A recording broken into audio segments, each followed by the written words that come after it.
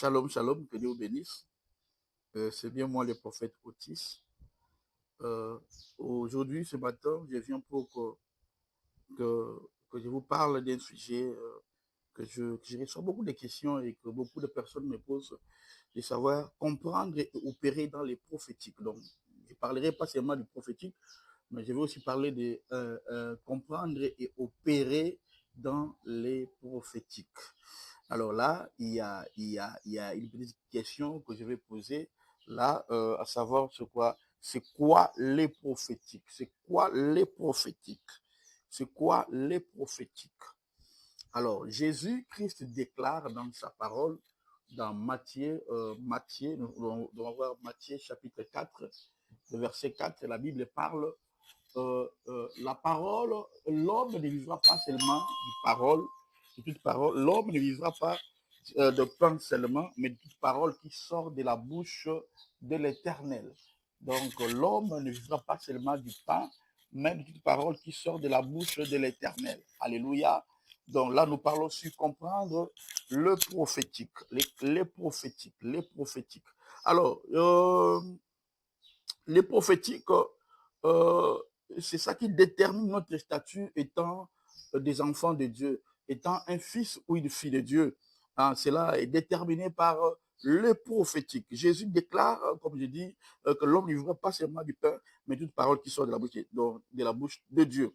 Les prophétiques est essentiel, voilà, est essentiel, car il confirme notre statut, hein. Il confirme notre statut étant de fils ou des filles de Dieu. Alléluia.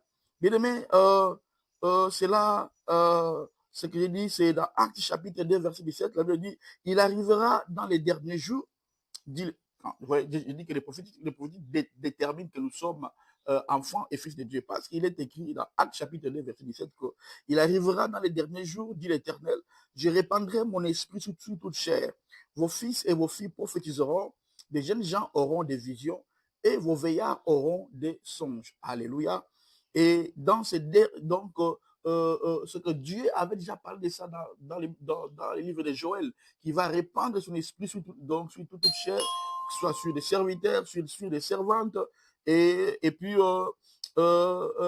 il a décrit que d'autres auront des visions, d'autres auront des songes, voilà comme ça. Et dans ce temps de la fin, chaque enfant de Dieu est appelé à opérer dans les domaines prophétiques. Alléluia. Donc chaque enfant de Dieu, dans ces derniers temps, en ces temps de la fin, chaque enfant de Dieu est opéré, est appelé à opérer dans ce domaine des prophétiques.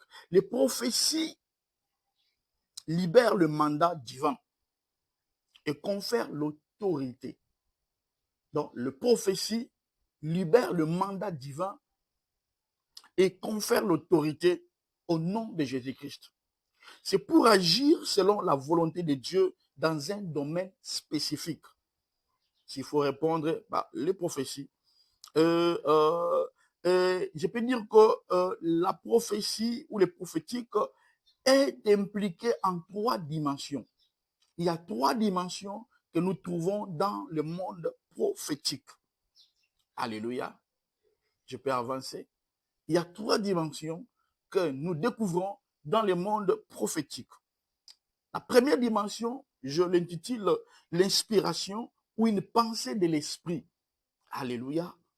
Et la deuxième dimension, c'est ce que j'appelle l'interprétation. Et la troisième dimension, dans les prophétiques, c'est la révélation de la volonté divine concernant le monde et les événements à venir. Alléluia. Donc, développer la perception prophétique,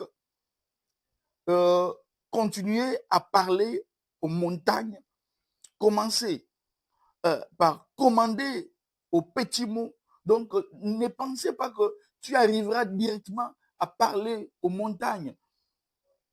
Alléluia. Commence d'abord par commander des petites choses. Amen. Des grandes choses que tu veux dans les prophétiques, il vient au moment, au fur et à mesure que tu exerces le ministère ou les dons prophétiques. Amen. Donc, développer le contexte des prophétiques. je dis comme je prends, continue. Donc, il faut commencer par des petites choses. Commencer pour que tu commandes les grandes montagnes. Commencez d'abord par parler à des petits mots. À des petits mots. Alléluia. Un jour, vous commanderez aussi à des grandes choses. Quand vous avez commencé par des petits, un jour aussi, vous arriverez à toucher aux grands défis. Donc, les prophétiques se développent. Oui, oui. Les prophétiques se développent la vie spirituelle.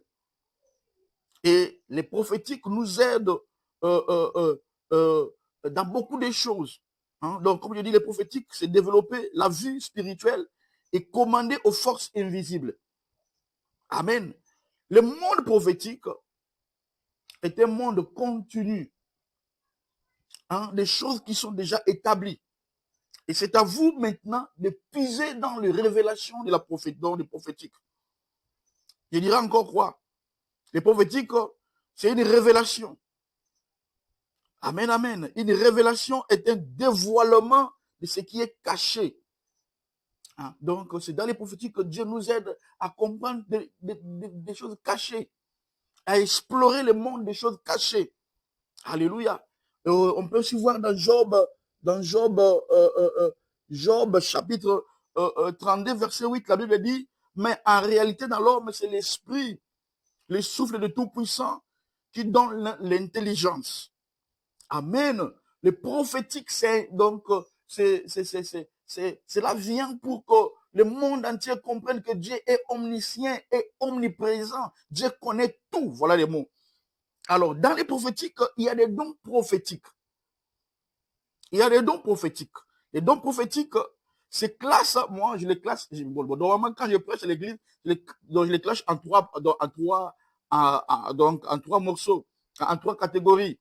Mais ici, je vais vous classer parce que, non, excusez, je classe en trois parce que là, quand je parle des dons, des classifications des dons, mais les dons prophétiques se classent en deux catégories. Alléluia. Donc, je dirais, la première catégorie des dons prophétiques que nous avons, donc pour que tu opères dans les prophétiques, il faut que Dieu te donne, premièrement, les dons de révélation.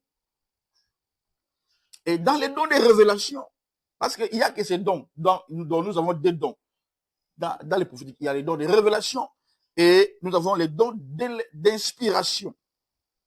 Alors, dans les dons de révélation, nous avons